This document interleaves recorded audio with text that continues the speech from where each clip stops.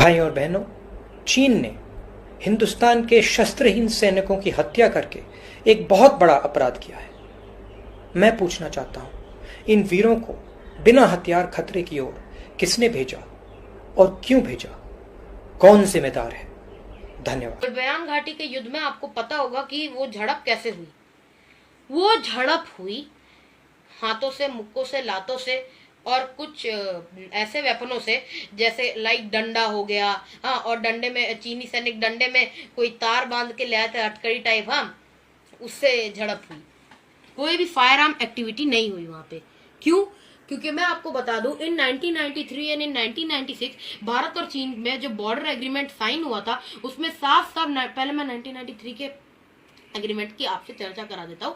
1993 के एग्रीमेंट में ये साइन हुआ था कि दोनों तरफ के सैनिक एक दूसरे की सीमाओं का कभी भी उल्लंघन नहीं करेंगे, और अगर उल्लंघन किया, जैसे कि भारतीय सैनिक चीन के लैंड पे चला गया, तो फिर चीनी सैनिकों को सिर्फ इतना बोलना है, यहाँ क्यों आ रहे हो, तो और फिर बस इतने ही लाइन से वो जो भारतीय सैनिक है उसको वापस मुड़ जाना है।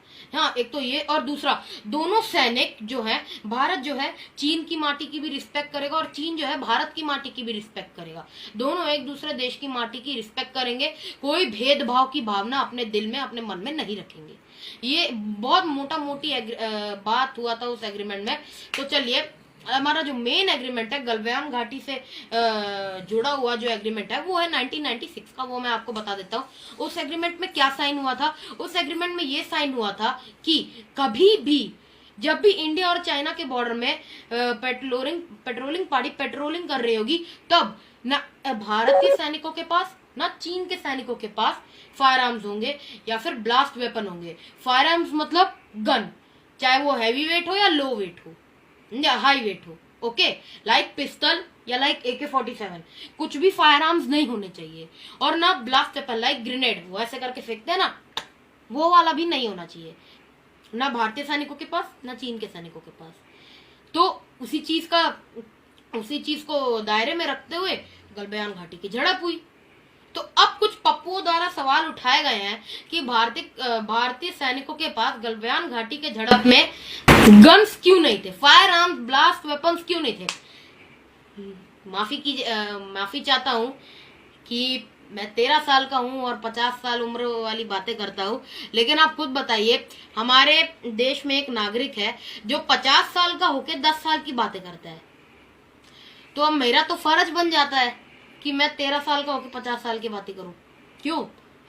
तो बस आज मैं वही बातें कर रहा हूं। देखिए, अच्छा, और ये जो एग्रीमेंट साइन हुआ, ये जिस समय एग्रीमेंट साइन हुआ, भारत में रूलिंग पार्टी कौन थी?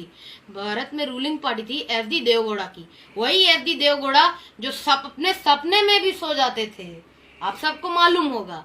हाँ, और वो जो एग्रीमेंट था उसको सपोर्ट कौन सी पार्टी कर रही थी?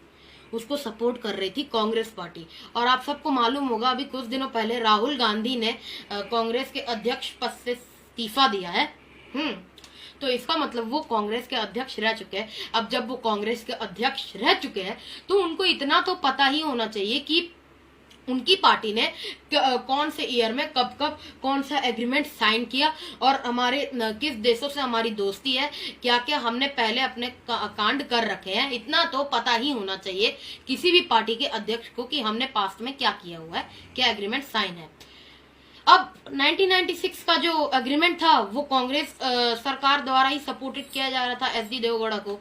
तो जब कांग्रेस ही समर्थन कर रही थी इस एग्रीमेंट का, और क्योंकि राहुल गांधी कांग्रेस के ही नेता है, तो उनको तो इतनी बात पता ही होनी चाहिए थी कि इंडिया चीन जब झड़प हो रही थी गलवान घाटी में, तो फिर फायर आर्म्स क्यों नहीं उठाए गए। उनको तो ये पता ही होना चाहिए था कि 1996 में समझौता हुआ था, इसीलिए उसको मद्देनजर रखते हुए सिर्फ हाथापाई हुई, मुक्काबाजी चली, इसलिए फायर आर्म्स नहीं उठाए गए।